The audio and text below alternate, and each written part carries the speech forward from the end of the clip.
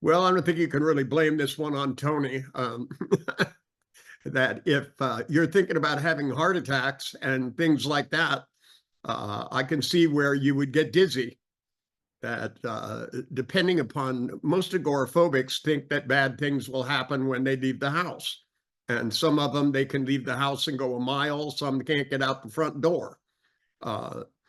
You have to be able to take the old ideas that you have and disengage them, which typically is done by putting a border around them. If you think of yourself having a heart attack, you could either do it from the inside or the outside, depending upon your point of view in the picture. And you need to, if you're inside, to step outside of it, shrink that picture down to the size of a postage stamp, make sure you put a border around it so that it switches from being a remembered constructed image to being a new constructed image, and open it up and see yourself being calm. And every time you make the old picture, you need to laugh and shrink it back down. Bad ideas lead to bad results. And if you don't change the way you think, it's not going to change the way you feel, and therefore you'll remain the same for years. In fact, most agoraphobics continue to get worse. So it would be a good idea to start now and start replacing it with better ideas. It's what the swish pattern was designed for.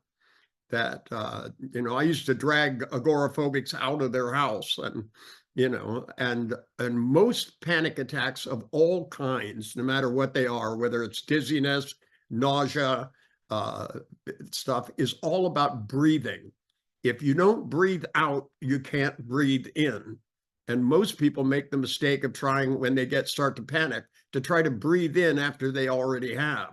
So you need to do some breathing exercises.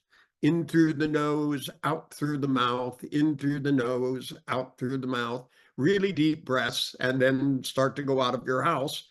And depending upon how far it is you have to go before you would normally have a panic attack, I would extend that to being all the way around the planet 3 times. If you're going to have a panic attack, make it very difficult to get to. And try to make some of these images more relaxing and funnier. That if you can't laugh at your stupidity, you get to keep it. It's kind of a rule of thumb. So I always work to get people to take bad ideas, put a border around them, shrink them down suddenly, and replace them with better ideas. You're no different than anybody else. So technically, you should be able to go to a Tony Robbins seminar and applaud rather than have a panic attack. There's nothing in your genetic makeup that makes you any different from anybody else. And you have to get to the point where you just realize it and just say, this is stupid, I'm going to stop it, and use the mental techniques that work.